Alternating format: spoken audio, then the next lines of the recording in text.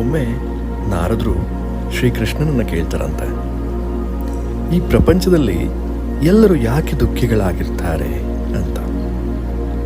ಅದಕ್ಕೆ ಕೃಷ್ಣ ಹೇಳ್ತಾನಂತೆ, ಸುಖ ಅನ್ನೋದು ಎಲ್ಲರ ಬಳಿನೂ ಇದೆ, ಆದರೆ ಎಲ್ಲರೂ ಇನ್ನೊಬ್ಬರ ಸಂತೋಷದಿಂದ ದುಃಖಿಗಳಾಗಿರ್ತಾರೆ ಅಷ್ಟೇ ಅಂತ. ನಾವು ನಮ್ಮ ಜೀವನದಲ್ಲಿ ನೆಮ್ಮದಿಯನ್ನು ಇನ್ನೊಬ್ಬರಲ್ಲಿ ಅಥವಾ ಇನ್ನೊಂದು ವಸ್ತುವಿನಲ್ಲಿ ಸಿಗ್ತಾ ಇದೆ ಅಂತ ಹುಡುಕ್ತಾ ಇರ್ತೀವಿ.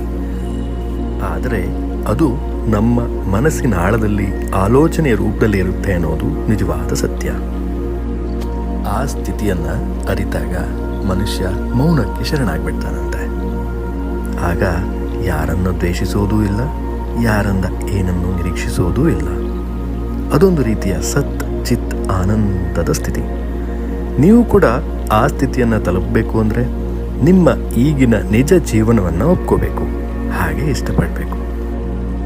ಜೀವನದ ಪ್ರತಿ ಕ್ಷಣವನ್ನು ಪ್ರೀತಿಸುತ್ತಾ ಹಾಗೆ ಅನುಭವಿಸ್ತಾ ಹೋದರೆ ಆ ಆನಂದದ ಸ್ಥಿತಿಯನ್ನು ತಲುಪೋದಂತೆ.